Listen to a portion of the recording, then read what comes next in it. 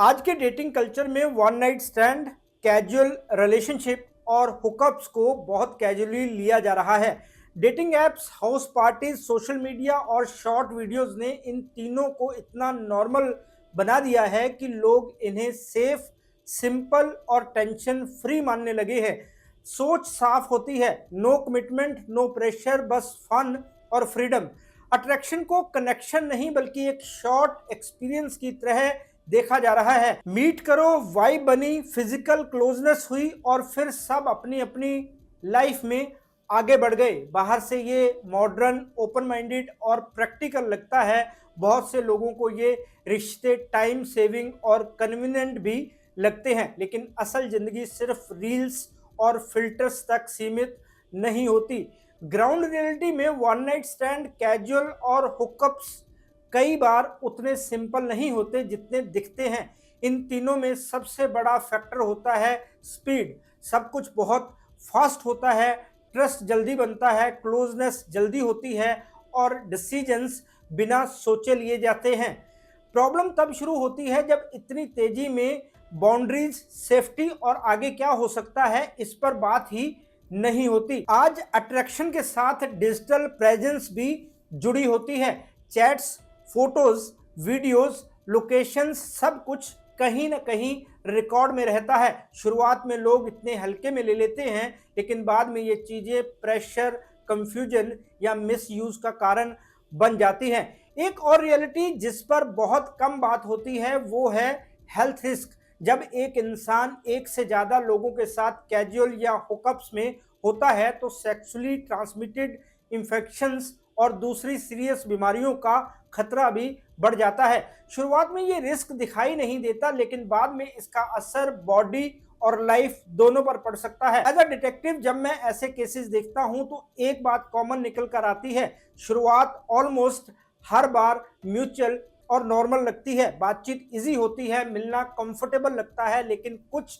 समय बाद power balance बदलने लगता है। कई केसेस में लड़कियां डर में रहने लगती हैं, कॉल्स का प्रेशर, मिलने की मजबूरी, फोटोज या चैट का जिक्र।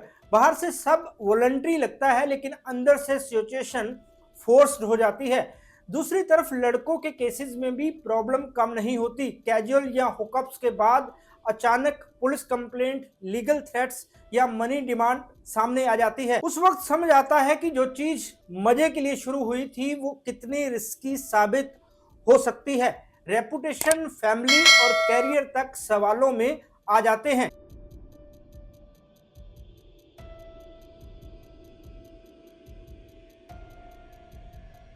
नमस्कार दोस्तों, मैं हूं राहुल राय गुप्ता और आप मुझे डिटेक्टिव गुरु के नाम से भी जानते हो। और हम करते हैं देश विदेश में पर्सनल और कॉर्पोरेट इन्वेस्टिगेशन। आज की जनरेशन ओपन है, एक्सपेरिमेंटल है और जल्दी डिसीजंस लेती है। ये गलत नहीं है, लेकिन बिना अवेयरनेस लिए गए फास्ट डिसीजंस कई बार लॉन्ग टर्म प्रॉब्लम बना देते हैं। मजा तब तक मजा रहता है जब तक दोनों एक ही पेज पर हो, उसके बाद ये लाइट लगने वाले रिश्ते हैवी बन जाते हैं। आज मैं आपको one night stand, casual relationship और हुकअप से जुड़े 5 ऐसे पॉइंट्स बताऊंगा जो बताते हैं कि ये रिश्ते असल में कैसे काम करते हैं, कहां तक स्मूथ रहते हैं और किस पॉइंट पर ये सीरियस रिस्क बन जाते हैं। तो चलिए शुरू करते हैं।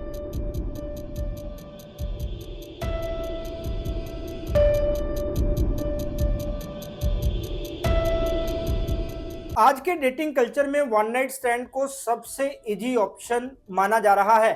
सोच साफ होती है, आज मिले, वाइब बनी, रात साथ बिताई और सुबह सब कुछ खत्म। ना कमिटमेंट, ना सवाल, ना फ्यूचर की बात। डेटिंग एप्स और पार्टीज ने इस आइडिया को इतना नॉर्मल बना दिया है कि लोगों को लगता है कि इसमें कोई खतरा ही नहीं है। एक रात का ये फैसला कई बार पूरी जिंदगी की सबसे बड़ी गलती बन जाता है। वन नाइट स्टैंड में सबसे बड़ा रिस्क होता है अननोन पर्सन। आप सामने वाले को सिर्फ कुछ घंटों से जानते हो, उसका असली नाम, बैकग्राउंड, हैबिट्स, पास्ट कुछ भी क्लियर नहीं होता। लेकिन अट्रैक्शन और मूवमेंट के फ्लो में लोग ये सब कुछ इग्नोर कर देते हैं। लड़कियां गुड लुकिंग, वेल स्पोकन और कॉन्फिडेंट लड़कों पर जल्दी भरोसा कर लेती हैं। उन्हें लगता है कि ऐसा लड़का सेफ ही होगा, लेकिन असलियत यह है कि क्राइम का कोई फेस नहीं होता। कई क्रिमिनल नॉर्मल, चार्मिंग और एजुकेटेड दिखते हैं। वन नाइट स्टैंड में जगह भी एक बड़ा फैक्टर बन जाती है। होटल, रेंटेड फ्लैट, फ्रेंड का रूम या पार्टी लोकेशन, ये प्राइवेट स्पेसेस सिक्योरिटी के लिहाज से सबसे वीक होते हैं। कई केसेस में हिडन कैमराज, सीक्रेट रिकॉर्डिंग्स और स्क्रीनशॉट्स का मिसयूज हुआ है। शुरू में सब म्यूचुअल लगता है, लेकिन बाद में वो मटेरियल, प्रेशर और ब्लैकमेलिंग का टूल बन जाता है। लड़की को डर सताने लगता है कि अगर ये वीडियो लीक हो गई तो, और ये डर उसे कंट्रोल में ले आता है। दूसरी तरफ लड़कों के लिए भी वन नाइट स्टैंड सेफ नहीं है। बहुत से लड़के सोचते हैं कि अगर दोनों एडल्ट्स हैं और सब कुछ म्यूचुअल है तो कोई रिस्क नहीं, लेकिन रियलिटी ये है कि बाद में सिचुएशन कभी भी पलट सकती है। अगर किसी वजह से डिस्प्यूट हुआ, आर्ग्यूमेंट हुआ या एक्सपेक्टेशंस मैच नहीं हुई तो वो रात एक सीरियस लीगल केस का रूप ले सकती है। डिटेक्टिव एक्सपीरियंस में ऐसे केसेस आए हैं यहाँ एक नाइट स्टैंड के बाद रेप एलिगेशंस, थ्रेट्स और मनी डिमांड सामने आए। पुलिस केस लगते ही लड़के का वर्जन इनरेलेवेंट हो जाता है और कैरियर, फैमिली, रेपुटेशन सब एक झटके में खतरे में आ जाते हैं। एक और डेंजरस पैटर्न है honey trap. Organised gangs one night stand को वेपन की तरह यूज कर रहे हैं।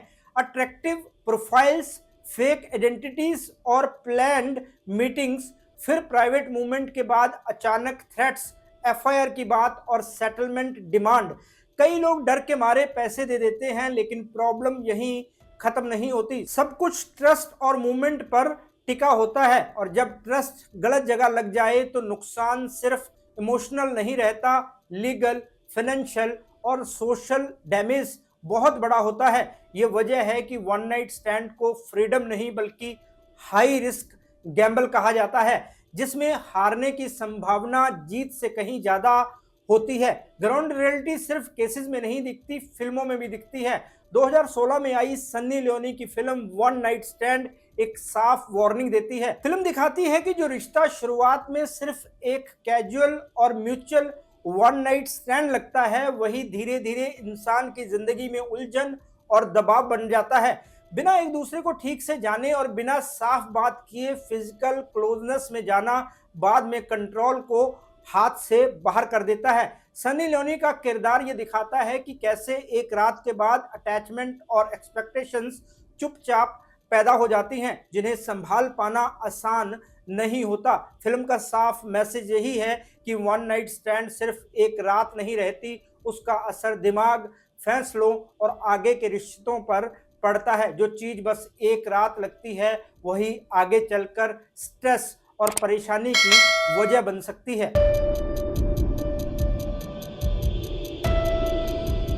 कैजुअल रिलेशनशिप और हुकअप्स को लोग आजकल सेफ फन समझ लेते हैं। सोच ये होती है कि सामने वाला मॉडर्न है, एजुकेटेड है, अच्छे कपड़े पहनता है, अच्छे कैफे में मिलता है, मतलब सब क्लीन और सेफ ही होगा। ये सबसे बड़ा भ्रम है। डेटिंग कल्चर में हाइजीन को लुक्स से जोड़ दिया गया है, जबकि ग्राउंड रियलिटी में दोनों का कोई सीधा कनेक्शन नहीं होता।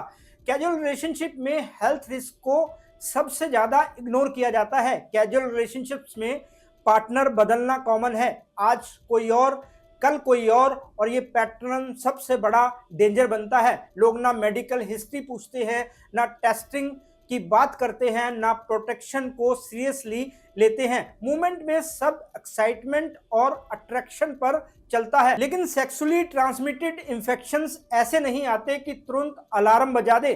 कई बीमारियां महीनों तक साइलेंट रहती हैं और तब सामने आती है जब डैमेज हो चुका होता है। कैजुअल रिलेशनशिप के बाद लोगों को सीरियस हेल्थ इश्यूज फेस करने पड़े। प्रॉब्लम यह है कि कैजुअल रिलेशनशिप में अकाउंटेबिलिटी नहीं होती। अगर आपको कोई इन्फेक्शन हुआ तो आप किससे सवाल करोगे? सामने वाला ऑलरेडी लाइफ से गायब हो चुका होता है। No calls, no replies, no responsibility.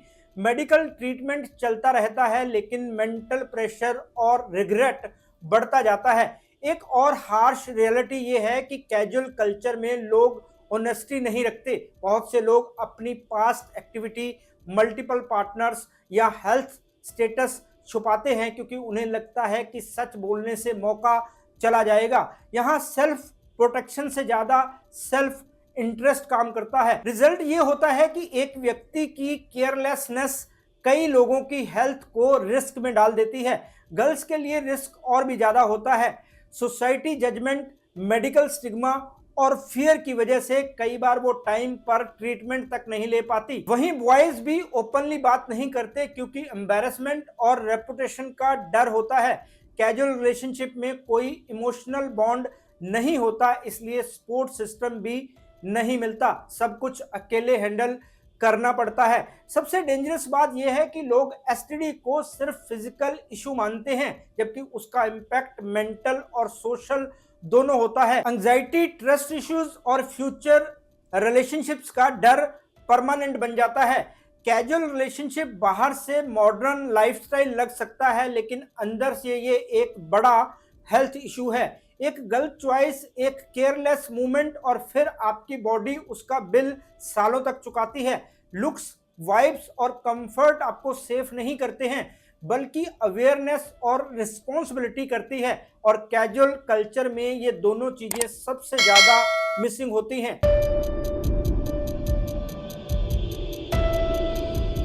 Casual hookups या वन नाइट स्टैंड में सबसे ज्यादा इस्तेमाल किए जाने वाला शब्द होता है सब म्यूचुअल था।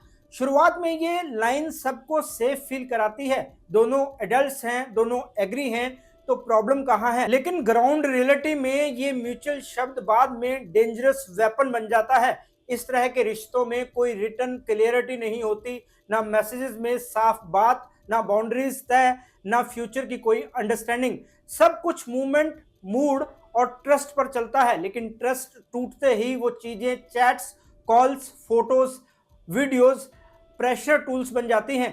कई केसेस में देखा गया है कि रात के बाद एक्सपेक्टेशंस बदल जाती हैं, किसी को अटैचमेंट हो जाती है, किसी को रिग्रेट और किसी को फायदा निकालने का मौका दिख जाता है। लड़कियों के केसेस में अक्सर ब्लैकमेलिंग इमोशनल और पर्सनल होता है। प्राइवेट फोटोज या वीडियोस के नाम पर डर दिखाया जाता है कि अगर बात नहीं मानी तो फैमिली को भेज दूंगा, ऑनलाइन डाल दूंगा, ऑफिस तक पहुंचा दूंगा। डर की वजह से कई बार लड़कियां चुप रहती हैं और धीरे धीरे कंट्रोल में चली जाती हैं। ऐसे कैजुअल रिलेशनशिप आगे चलकर फोर्स्ड मीटिंग्स और अनवांटेड फिजिकल इन्वॉल्वमेंट में बदल जाता है, सिर्फ इसलिए क्योंकि सामने वाले के पास प्राइवेट मटेरियल था। दूसरी तरफ लड़कों के लिए ट्रैप का तरीका अलग होता है। शुरुआत में सब फ्रेंडली और इजी चलता है, लेकिन जैसे ही डिसएग्रीमेंट होते हैं, पैसे, अटेंशन या रिलेशनशिप स्टेटस को लेकर, वो लड़की कंसेंट को क्वेश्चन बना देती है। पुलिस कंप्लेंट में लाइन होती है, शादी का झांसा, प्रेशर यूज किया गया। कैजुअल रिलेशनशिप होने की वजह से लड़के के पास खुद को बचाने के लिए कोई सॉलिड प्रूफ नहीं होता। ना रिलेशनशिप डिफाइन थी, ना कोई विटनेस। लॉ सिचुएशन में नैरेटिव ज्यादा पावरफुल हो जाता है, फैक्ट्स नहीं। सबसे ज्यादा डेंजरस बात यह है कि कैजुअल कल्चर में लोग डॉक्यूमेंटेशन से दूर भागते हैं। उन्हें लगता है कि क्लियरिटी मांगना बोरिंग या ऑकवर्ड है, लेकिन क्लियरिटी ना मांगना ही सबसे बड़ी गलती बन जाती है। मेरा डिटेक्टिव एक्सपीरियंस कहता है कि 70% केसेस मिसअंडरस्टैंडिंग से नहीं, मिस यूज से पैदा होते हैं। कोई इनोसेंट नहीं रहता, बस किसी के हाथ में लिवरेज आ जाता है। ब्लैकमेलिंग हमेशा पैसे के लिए नहीं होती, कई बार पावर, कंट्रोल और ईगो सेटिस्फेक्शन भी रीजन होता है। विक्टिम धीरे धीरे आइसोलेट हो जाता है, फ्रेंड से, फैमिली से, नॉर्मल लाइफ से। फियर कांस्टेंट रहता है और बाहर से ये सब कैजुअल फन के नाम पर शुरू हुआ होता है। कैजुअल और हुकअप्स कल्चर में कंसेंट सिर्फ एक वर्ड नहीं रहता, वो करेंसी बन जाता है। जिस दिन बैलेंस बदला, उसी दिन ये रिश्ता क्रिमिनल एंगल ले लेता है।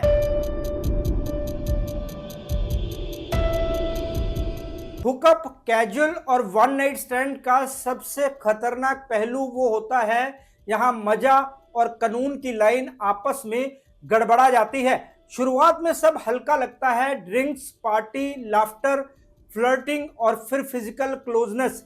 दोनों को लगता है कि सब नॉर्मल है, सब म्यूचुअल है। अक्सर ऐसे रिश्तों में अल्कोहल या ड्रग इन्वॉल्व होते हैं। नशे में लोग बाउंड्रीज भूल जाते हैं, किसी की ना साफ सुनाई नहीं देती और किसी की हाँ सिचुएशन के दबाव में निकलती है। उस वक्त किसी को लगता है कि सब ठीक है, लेकिन जब मामला पुलिस तक पहुंचता है तो पूरी कहानी बदल जाती है। लॉ के लिए ड्रंक या हाई होना कोई एक्सक्यूज नहीं होता।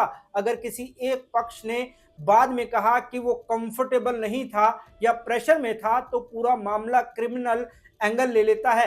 कई बार देखा गया है कि रात को जो कंसेंट माना गया वो सुबह रिफ्यूज कर दी जाती है। लड़का कहता है कि सब म्यूचुअल था, लड़की कहती है मैं डर गई थी, मैं नशे में थी, मैं साफ मना नहीं कर पाई। और यहीं से रेप एलिगेशन का फंदा कसना शुरू होता है। कैजुअल या हुकअप होने की वजह से लड़के के पास कोई सॉलिड प्रोटेक्शन नहीं होती, ना रिटन कंसेंट, ना विटनेस, ना relationship proof.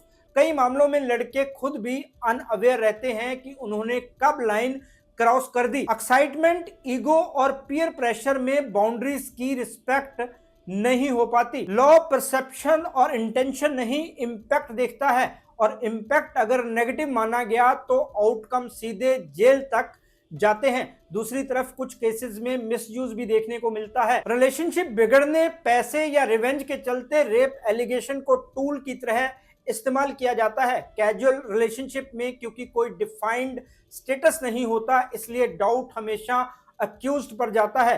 Arrest, FIR, media exposure सब बहुत फास्ट होता है। बाद में सच सामने आए भी तो तब तक डैमेज हो चुका होता है।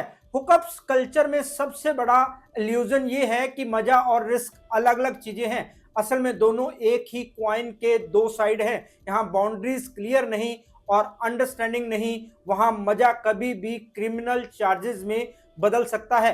एक गलत मूवमेंट आपको कानून की सबसे सख्त धारा के नीचे खड़ा कर सकता है।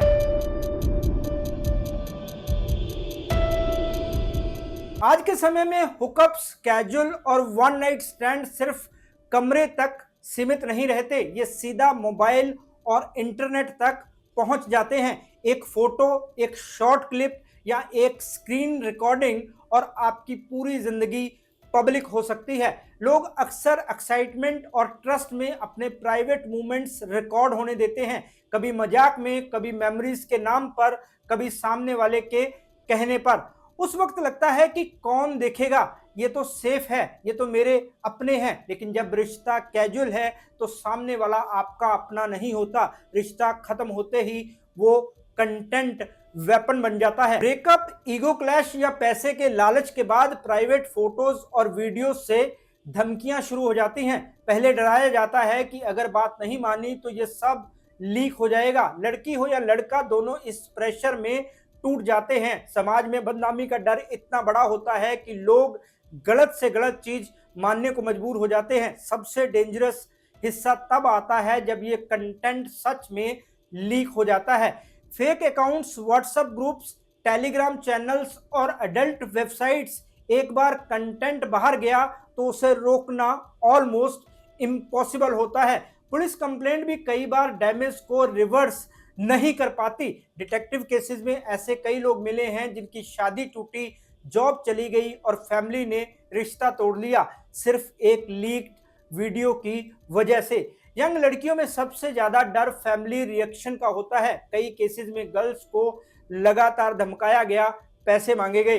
लड़कों के लिए भी ये उतना ही हार्मफुल होता है। उनके खिलाफ तस्वीरें या बातें इस्तेमाल करके पैसे की मांग की जाती है, झूठी कहानियां फैलाई जाती हैं और इज्जत पर सीधा हमला किया जाता है। कैजुअल रिश्ते में होने की वजह से कोई भी पूरी तरह सुरक्षित नहीं रहता, ना लड़का ना लड़की। कैजुअल रिलेशनशिप होने की वजह से कोई साइड पूरी तरह सेफ नहीं रहता। सबसे दर्दनाक सच ये है कि डिजिटल शेम से निकल पाना आसान नहीं होता। विक्टिम्स डिप्रेशन में चले जाते हैं, सोशल लाइफ बंद हो जाती है और कुछ तो सुसाइड अटेम्प्ट तक कर लेते हैं। वो एक मूवमेंट जो फन लगा था, पूरी आइडेंटिटी को निगल जाता है। इंटरनेट कुछ नहीं भूलता और ये इसकी सबसे बड़ी सच्चाई है। हुकअप्स कल्चर का सबसे बड़ा झूठ ये है कि सब प्राइवेट रहेगा। रियलिटी ये है कि कैजुअल रिश्तों में प्राइवेसी सबसे वीक होती है। इसलिए जब भी कोई रिश्ता बिना जिम्मेदारी और बिना स्ट्रक्चर के सिर्फ मूवमेंट पर टिका हो, वहां डिजिटल खतरा हमेशा सबसे ऊपर रहता है, क्योंकि शरीर से जुड़ा दर्द वक्त के साथ भर सकता है, लेकिन इंटरनेट पर फैली बदनामी जिंदगी भर पीछा करती है।